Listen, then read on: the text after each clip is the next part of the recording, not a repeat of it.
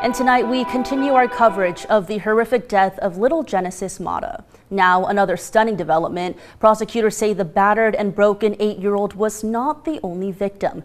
This as relatives of the young victim lashed out at Kern County Child Protective Services, suggesting Genesis may have been saved if social workers had acted on years of complaints. 17's Connor Dorr has been following the story since Sunday and was in court for their arraignment. Mr. Monte and Mr. Mata, you've both been charged with 7 felonies. They include murder with premeditation and deliberation, child endangerment, mayhem and torture, as well as child abuse. Genesis's father and stepmother hid their faces from a courtroom full of furious relatives on Tuesday as they pleaded not guilty to 7 charges, felony stacked on felony. Legal language only hinting at atrocities inflicted on the innocent child.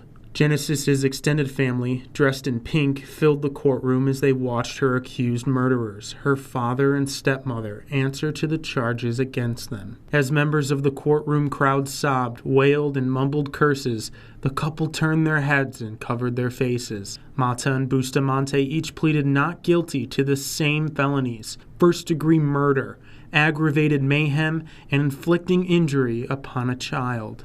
Also among the charges are 2 counts of torture and 2 counts of child cruelty. A district attorney spokesman said 2 counts reflect 2 separate victims. The identity of the second victim was not revealed, but we do know 7 children were taken into protective custody after Genesis's body was discovered. I had to actually hold myself back. I had to restrain myself because the system failed my little cousin. Sabrina Guerrero, one of Genesis's cousins, said family members reported abuse to CPS over 20 times. It's a sad situation, and CPS needs to be held accountable for everything because they were called on numerous occasions. I went out, did investigations, and completely let and released the whole case. We've been asking CPS and the Kern County Department of Human Services about this for 2 days. A spokesperson declined to answer, saying the department cannot confirm nor deny the existence of a case. We asked about the cousin's specific allegations. We did not hear back. We just don't know for sure the background of this family and the county social workers. Here's what we do know. Police were called Saturday afternoon to the La Quinta Inn Motel on 24th Street and Buck Owens Boulevard after getting a report of a child unconscious in a bathtub. Her body was found behind a locked bathroom door. Her trauma was so severe and so apparent that security footage from the motel shows officers visibly upset. BPD investigators later saying this is one of the worst cases of child abuse they have ever investigated. The hotel manager said Mata and Bustamante, along with Genesis, have lived at the motel for a little over 2 months. The manager allowed them to live there for free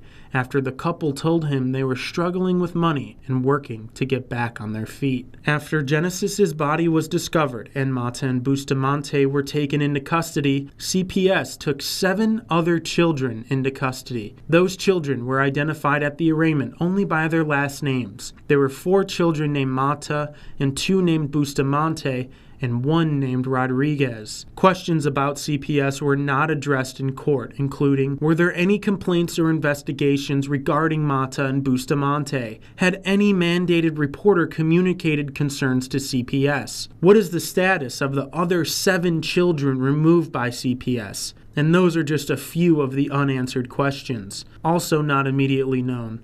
Who was Genesis's biological mother?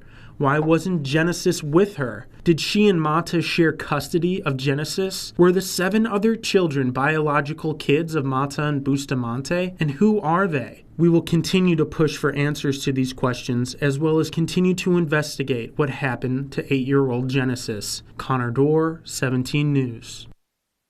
Such a tragic story. Family of Genesis have launched a GoFundMe to help lay her to rest as they navigate this heartbreaking loss. That page describes Genesis as a beautiful spirit who was full of life and loved anything that sparkled. If you'd like to donate, scan the QR code you see on your screen. You can also find a link to that fundraiser on our website, kgt.com.